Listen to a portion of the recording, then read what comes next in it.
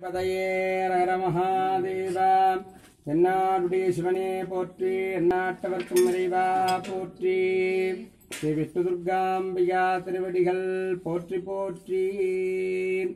தஞ்சை மாவட்டம் திருவிடைமருதூர் வட்டம் மகாராஜபுரம் என்னும் கிராமத்திலே 9 துர்கை என்று சொல்லப்படுகின்ற நவதுர்கையரில் விஷ்ணு துர்காம்பிகா என்னும் நாமதேயத்துடன் துர்கையம்மன் அருள்பாலிக்கும் திருத்தலமானது வீற்றிருக்கின்றது. இந்த ஆலயமானது துர்வாச மகரிஷிக்கு குஷ்டரோகம் நிவாரணம் செய்த க்ஷேத்திரமாக விளங்குகிறது. அதாவது இதனுடைய விரிவாக்கம், ஆலயத்தின் தலவரலாறு. முன்பொரு சமயம் அம்பரீஷன் என்னும் மகாராஜனை அனைவருக்கும் அந்த கதை அறிந்ததே. அம்பரீஷன் துர்வாச முனிவரை கண்டுகொள்ளாமல் விட்டதனால் துர்வாச முனிவர் அம்பரீஷனுக்கு சாபம் கொடுக்க, இந்த சாபத்தை எதிர்கொள்ள அம்பரீஷன் மகாவிஷ்ணுவை தஞ்சமடைந்து, உனது பக்தனான என்னை சோதிக்கலாமா என்று வினவ, மகாவிஷ்ணு தன்னுடைய சுதர்சன சக்கரத்தை ஏவி துர்வாசரை அடக்கி வருமாறு அருளினார். அந்த சுதர்சன சக்கரமானது துர்வாசரை விரட்டி சென்றது. மிகுந்த தவப்பயனுடைய துர்வாசரை அது ஒன்றும் செய்ய இயலாமற் போனது. அதே சமயம் துர்வாசராலும் அதை எதிர்கொள்ள முடியவில்லை. இந்த தருணத்திலே இது தொடர்ந்து ஒரு 18, 19, 20 நாட்களாக தொடர்ந்து இதே போன்று உலகத்தில் உள்ள அனைத்து மூலை முடுக்குகளெல்லாம் ஓடி திரிகின்றார். விடாமல் இந்த சுதர்சன சக்கரமும் துரத்துகின்றது.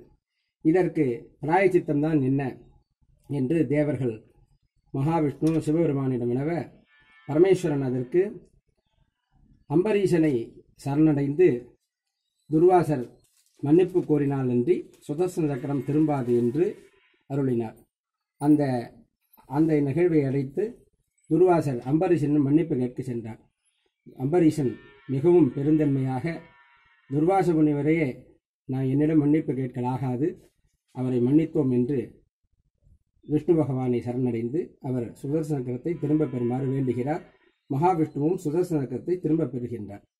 இருந்தாலும் பக்தர்களை சோதித்ததற்காக விஷ்ணு அபராதம் ஏற்பட்டு துர்வாச மகரிஷிக்கு குஷ்டரோகமானது பீடிக்கின்றது.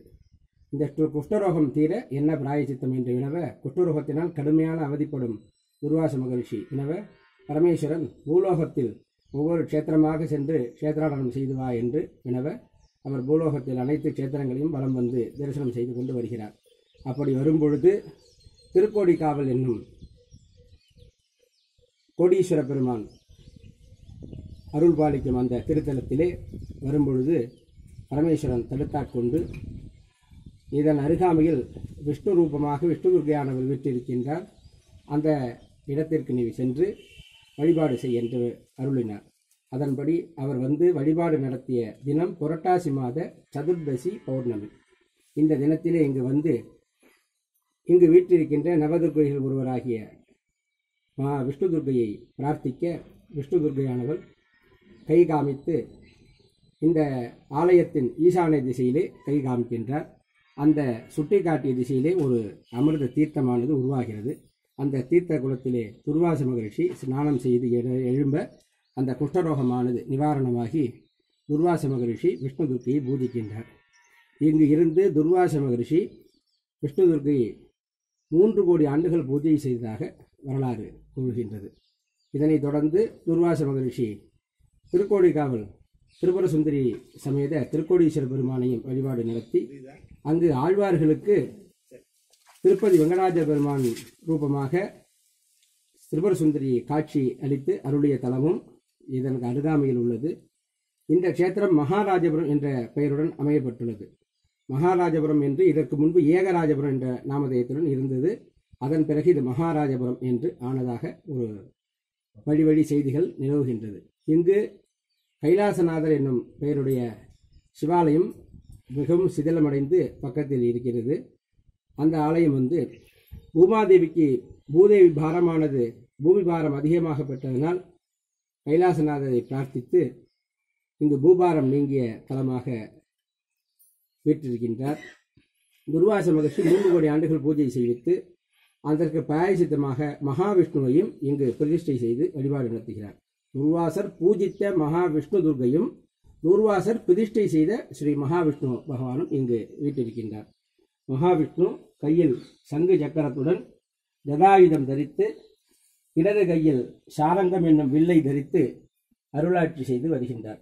இப்பேற்பட்ட இந்த மகாராஜபுரம் விஷ்ணு துர்க்கை கஷேத்திரம் 9 துர்க்கை கஷேத்திரத்துள் விஷ்ணு துர்க்கை கஷேத்திரமாக விளங்குகின்றது.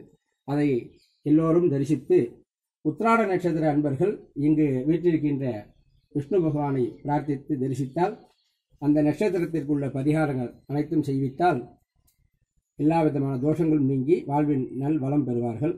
அதே போன்று தனுசு ராசி நேயர்களுக்கு, அந்த தனுசு ராசி அன்பர்களுக்கு மகாவிஷ்ணு துர்க்கையை பூஜித்து வெள்ளிக்கிழமை ராகு காலத்திலே பூஜையை செய்வித்தால் அந்த தோஷங்கள் நீங்கும் என்று ஆலய தகவலானது தெரிவிக்கப்பட்டுள்ளது.